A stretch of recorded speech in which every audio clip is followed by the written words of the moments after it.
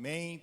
O tema da nossa mensagem hoje aqui, esta manhã, onde nós vamos comer do pão e beber do cálice do Senhor, onde vamos nos aproximar da mesa, da ceia. Ele vos deu vida. Queria relacionar esse versículo lá de Efésios, capítulo 2, versículo 1. Ele vos deu vida, estando vós mortos nos vossos delitos e pecados. Então, isso o apóstolo, Paulo, ele está falando à igreja. Queria relacionar esse texto com Ezequiel 37, que fala assim: veio sobre mim a mão do Senhor, e ele me levou pelo Espírito do Senhor e me deixou no meio de um vale que estava cheio de ossos. E me fez andar ao redor deles, e eram muito numerosos na superfície do vale, e estavam sequíssimos. Então me perguntou: filho do homem, acaso poderão reviver estes ossos? Respondi: Senhor Deus, tu o sabes. Disse-me ele: profetiza a estes ossos e dize-lhes: ossos secos, ouvi a palavra do Senhor. Assim diz o Senhor Deus a estes ossos: eis que farei entrar o Espírito em vós e vivereis. Porém tendões sobre vós, farei crescer a carne sobre vós estenderei a pele, porém em vós o Espírito e vivereis. E sabereis que eu sou o Senhor. Então profetizei segundo ele me for ordenado. Enquanto eu profetizava, houve um ruído, um barulho de ossos que batiam contra os ossos, e se ajuntavam cada osso ao seu osso. Olhei, e eis que havia tendões sobre eles, e cresceram as carnes, e se estendeu a pele sobre eles, mas não havia neles o Espírito. Então ele me disse: profetiza o Espírito, profetiza, ó filho do homem, dize-lhes: assim diz o Senhor Deus: vem dos quatro ventos o Espírito, ó Espírito, e assopra sobre estes mortos para que vivam. Profetizei como ele me ordenara, e o Espírito entrou neles, e viveram. E puseram em pé um exército sobremodo numeroso. Então me disse: filho do homem, esses ossos são toda a casa de Israel. Eis que dizem: os nossos ossos se secaram, e pereceu a nossa esperança, estamos de todo exterminados. Portanto profetiza e dize-lhes: assim diz o Senhor Deus: eis que abrirei a vossa sepultura, e vos farei sair dela, ó povo meu. E vos trarei a terra de Israel, e sabereis que eu sou o Senhor, quando eu abrir a vossa sepultura, e vos fizer sair dela, ó povo meu. Porém em vós o meu Espírito, e vivereis, e vos estabelecereis na vossa própria terra. Então sabereis que eu, o Senhor, disse isto, e o fiz, diz o Senhor. Amém? Então Paulo está falando de morte espiritual. E aqui o Senhor está conduzindo o profeta.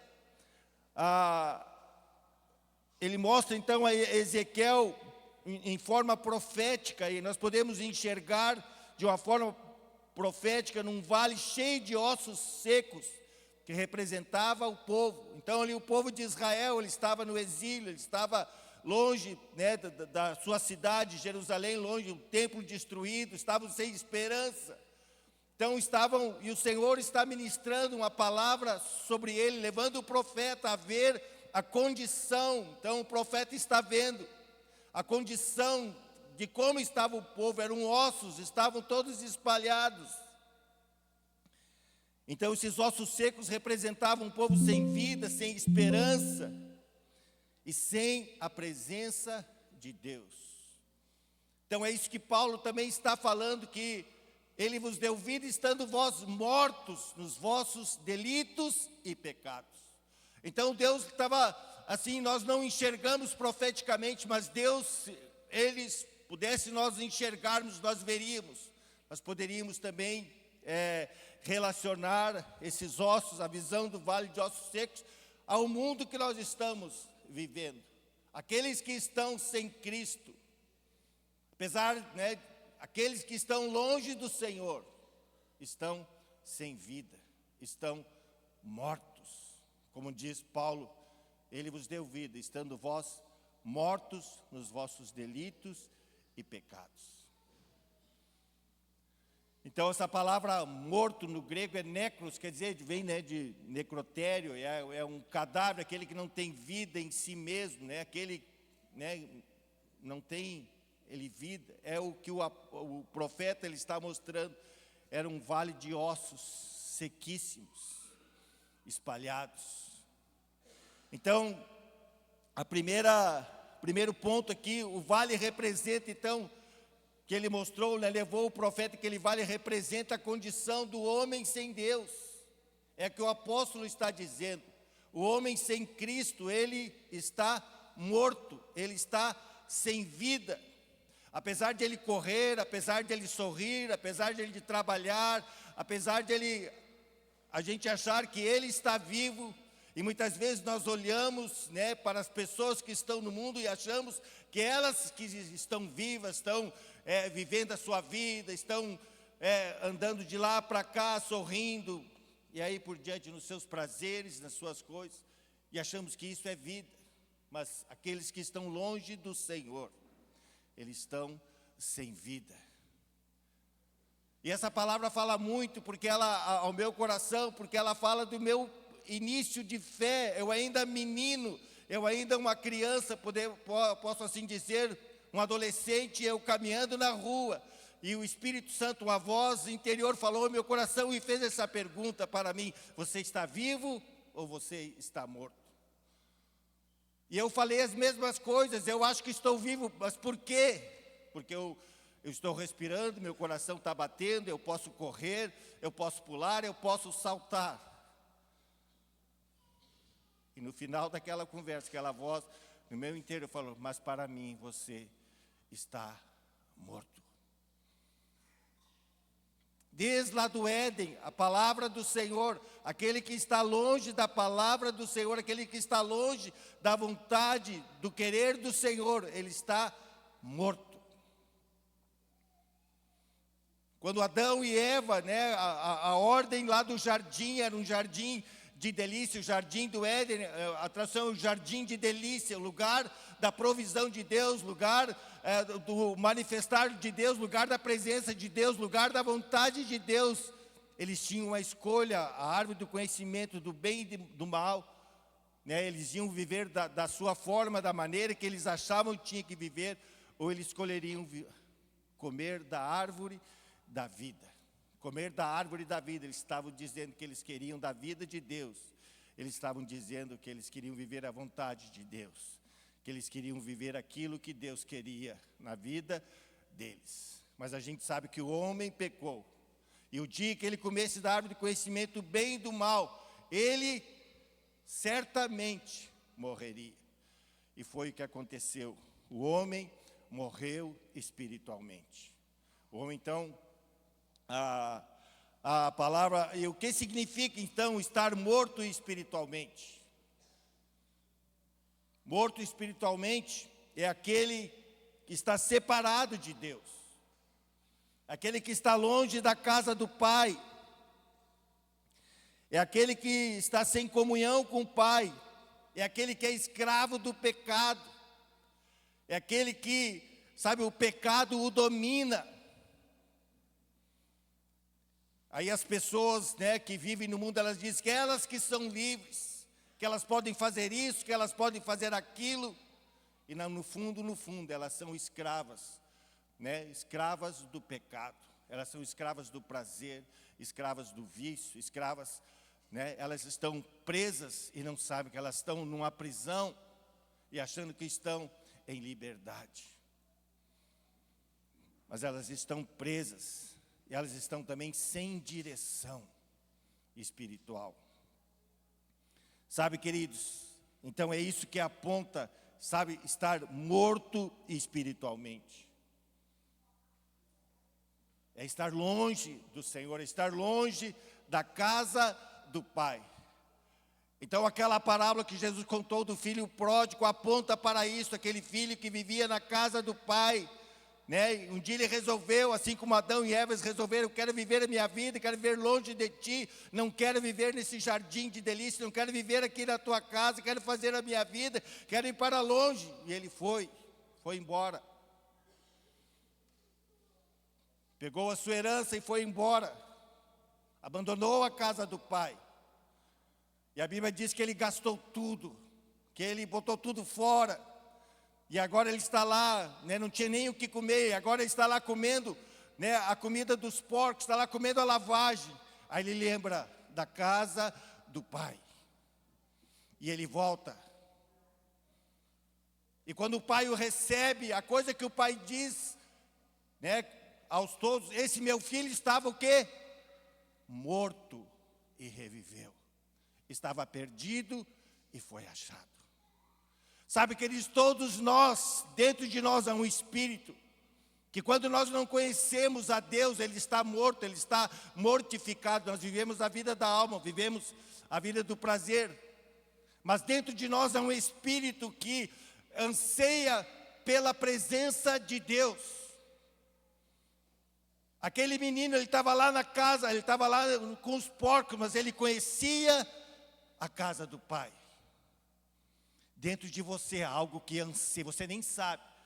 E é o que acontece com as pessoas, às vezes, no mundo, elas nem sabem, elas estão à procura do prazer, porque elas querem encontrar algo que o sustente, elas querem encontrar algo que dê sentido à sua vida. Então elas vão atrás do prazer, elas vão atrás do sexo, elas vão atrás do dinheiro, elas vão atrás de todas as coisas. Aí elas encontram uma coisa, aquilo dá prazer por um tempo, mas não é isso. Está faltando algo. Aí ele acha que é outra coisa, ele vai atrás. Aí ele vai atrás de religiões, ele vai atrás de tantas coisas, porque no anseio ele está procurando a casa do pai. Ele está procurando, sabe, o lugar de vida, é um espírito que está levando ele, mas ele não sabe.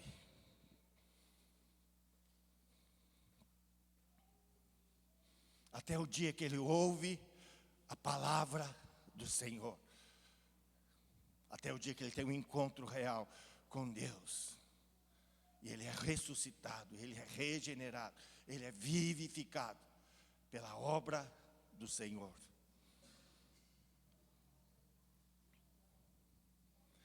Então esses ossos secos também, queridos, falando também para a vida da igreja, ela pode falar de uma fé apagada, de famílias destruídas, esperanças perdidas, religiosidade sem vida, crentes frios espiritualmente. Ainda há pessoas que vêm à igreja, mas por dentro estão como vale, sem alegria, sem oração, sem paixão por Cristo.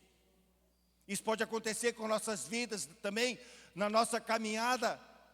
Nós começamos às vezes cheio de fogo, cheio, sabe, de alegria, mas com o passar do tempo, com as lutas, aquilo vai se apagando dentro de nós.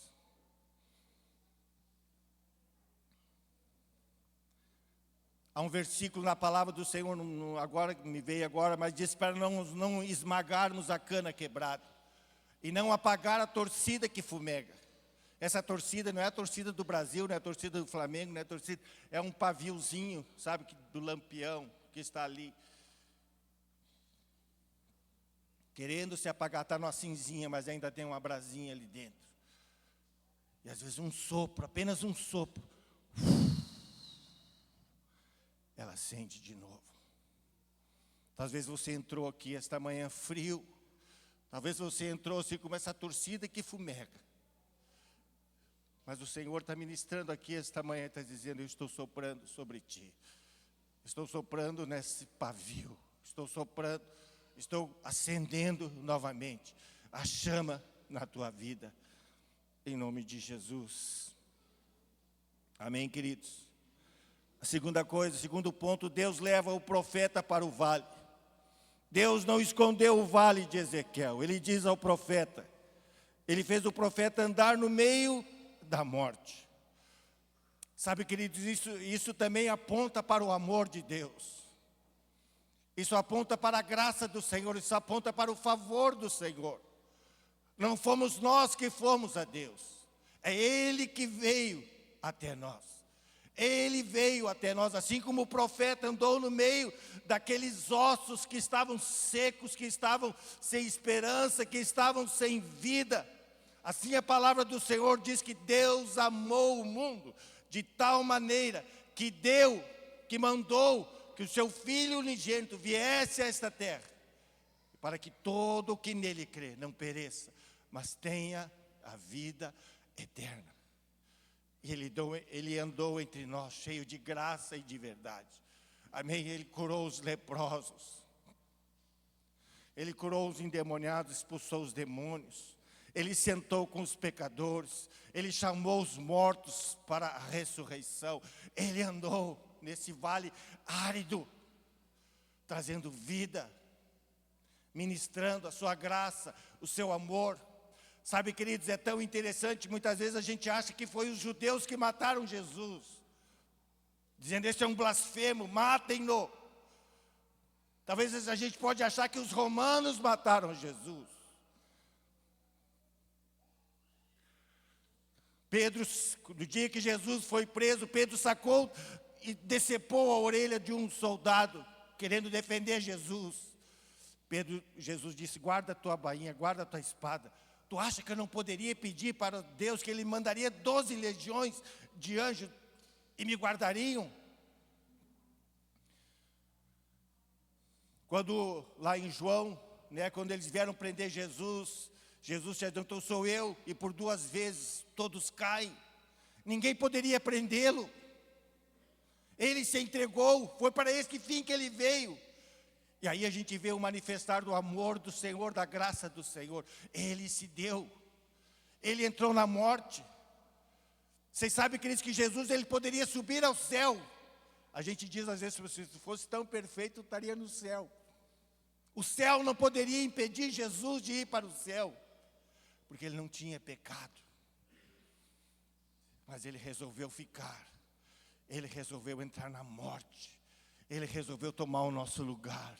Ele resolveu ser condenado no nosso lugar. Aquele que não tinha pecado, Deus o fez pecado por nós. Aquele que não tinha doença, ele se tornou enfermo por causa de nós.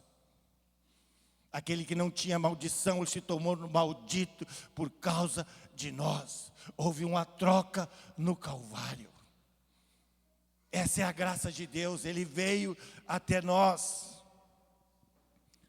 O Filho do Homem veio buscar e salvar o que estava perdido. Ele veio buscar aquele que estava perdido, aquele que estava morto. Morto não tem como, ele não tem como voltar à vida, ele não tem como viver, a não ser que Deus o toque. A não ser que Deus o chame à ressurreição. E foi isso que aconteceu com Cristo. Ele tomou a nossa morte e nos deu a sua vida. Ele tomou o nosso castigo e nos deu a sua graça. Ele tomou as nossas maldições e nos deu a salvação. Terceiro ponto, queridos, é a palavra liberada que produz vida. O Senhor disse lá ao profeta no versículo 4, disse-me ele, profetiza a esses ossos e diz-lhes, ossos secos, ouvi a palavra do Senhor. Então a restauração daqueles ossos começou quando a palavra do Senhor foi liberada. Então em Ezequiel, em Efésios 2, diz que a vida, Ele vos deu vida. Quem nos deu vida? Jesus, Ele nos deu vida. Lá em Ezequiel 37, os ossos começaram a se mover quando a palavra de Deus foi anunciada, quando a palavra do Senhor foi liberada. E todos os domingos, aqui através do Sandoval, do Josnei, ou de qualquer irmão que subir aqui e ministrar a palavra, uma palavra está sendo liberada sobre nós. É a palavra do Senhor. E ela tem o poder, queridos, sabe, de mudar, de transformar, de regenerar, de trazer cura, de libertar, de livrar. Isso aponta para o evangelho que nós temos dentro de nós. Ali foi o Senhor que deu aquela palavra ao profeta, mas a palavra está dentro de nós. Amém? O que nós precisamos é liberar a palavra. Você está, às vezes, numa fila de supermercado, e a pessoa está dizendo: eu estou em crise, eu não sei o que eu faço da minha vida, eu não sei o que você está ali. Você lá está com as suas comprinhas lá pensando: mas eu tenho a palavra de Deus. Aí você bate: ei, queria te dar uma palavra. Ei, o que é? Jesus te ama. Ele pode mudar a tua vida. Ela foi embora, você pagou as suas continhas, você liberou uma palavra sobre ela. Sabe que nós temos a palavra do Senhor dentro de nós. Nós precisamos liberar essa palavra. Há palavras de cura, há palavras de bênção, há palavras de restauração, há palavras de unidade, há palavras, sabe, que estão dentro de nós, e que as pessoas aí fora precisam, que nem como esses vales de ossos secos que estão mortas, que estão perdidas, que estão secas, que estão abatidas, estão vivendo, sabe, precisando de ouvir algo do Senhor, e você tem algo do céu para repartir para ela. Você pode dizer: olha, Jesus te ama. Você não sabe dizer nada, diz: Jesus te ama. É aquele cego, eu gosto tanto daquele cego, pegaram ele assim: fala alguma coisa. Eu não sei de nada, eu sei que eu era cego, agora eu vejo. Quem é que te curou? Não sei, eu acho que foi Jesus. Esse era o testemunho dele. Talvez a gente não saiba falar nada, mas você sabe dizer assim: Jesus te ama. Ele mudou a minha vida, pode mudar a tua vida. Só isso. E às vezes é isso que a pessoa está procurando. Às vezes é isso que a pessoa, sabe, precisa ouvir. Sabe, eu gosto tanto dessa expressão. Se você lá em Efésios, capítulo 2, versículo 1, ele vos deu vida estando vós mortos, os vossos delitos e pecados, os quais andaste outrora, segundo o curso desse mundo, segundo a potestade do ar. E assim ele vai dizer: mas Deus,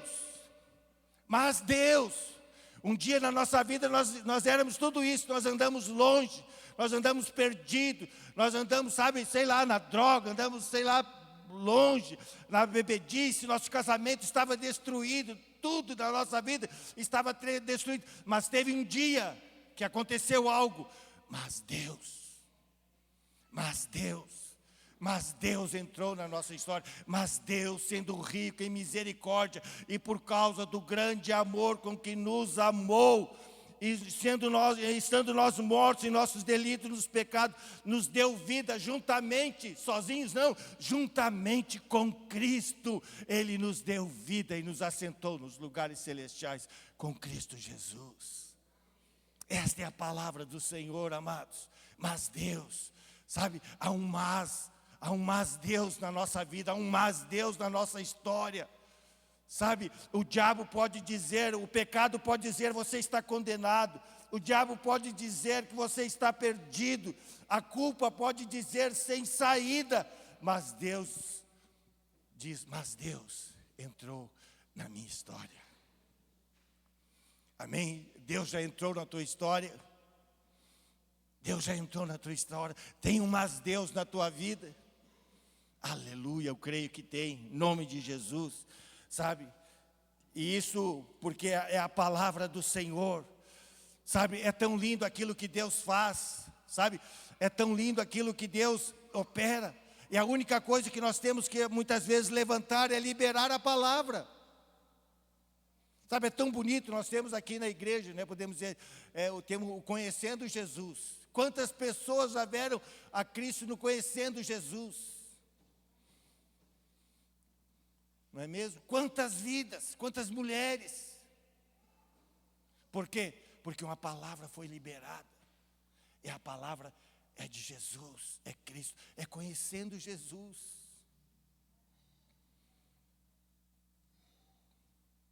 Amém, queridos? E todos nós temos essa palavra. Todos nós, sabe, podemos liberar a palavra do Senhor nas nossas vidas, na nossa casa,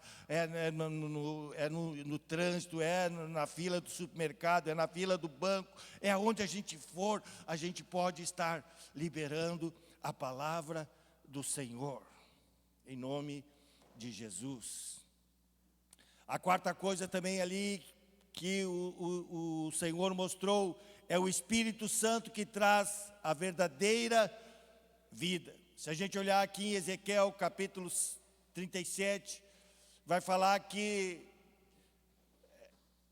farei, porém, tendões sobre vós, farei crescer carne sobre vós estenderei a pele, porém em vós o Espírito, e vivereis, e sabereis que eu sou o Senhor. Então profetizei segundo me for ordenado. Enquanto eu profetizava, um ruído, um barulho de ossos que batiam contra ossos, e se ajuntavam, cada osso ao seu osso. Olhei, e eis que havia tendões sobre eles, e cresceram as carnes, e se estendeu a pele sobre eles, mas não havia neles o Espírito. Sabe, então havia um corpo, havia uma estrutura, mas ainda não havia o Espírito neles. Então havia uma estrutura, havia ossos unidos, havia a aparência de um corpo, mas ainda faltava vida. E aí no versículo 9, o Senhor diz ao profeta, então ele me disse, profetiza o Espírito, profetiza ao Filho do Homem, e diz-lhes, assim diz o Senhor Deus, vem dos quatro ventos, ó Espírito, e assopra sobre estes mortos, para que vivam. Aleluia. Sabe, é isso que o Senhor, sabe, muitas vezes nós podemos ter a aparência até religiosa, mas se nós não tivermos o Espírito, não há vida. Nós podemos até ter uma estrutura, até ter uma organização, mas se não tiver o Espírito Santo soprando sobre nós, ainda não há vida. Então nós já ouvimos a palavra, agora o Espírito Santo vem e sopra, trazendo vida. Então aqui a palavra, e até no hebraico esse sopro é ruá. Então o sopro aqui fala do vento, sopro, Espírito. Então lá, esse soprar de Deus lá em Gênesis diz que Deus formou o homem. Então formou o Senhor Deus, o homem do pó da terra, ele soprou nas narinas o fôlego de vida, e o homem passou a ser alma vivente. Então Deus pegou o pó da terra, formou aquele bonequinho de barro, que ainda tinha estrutura, era um corpo, mas não tinha vida, e Deus soprou em suas narinas o fôlego de vida, e ele passou a ser alma vivente.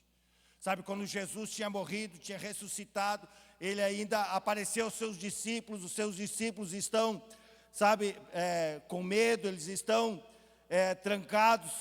Aí disse-lhes Jesus, lá em João 20, 21 e 22, disse-lhes depois Jesus, outra vez, paz seja convosco, assim como o Pai me enviou, eu também vos envio.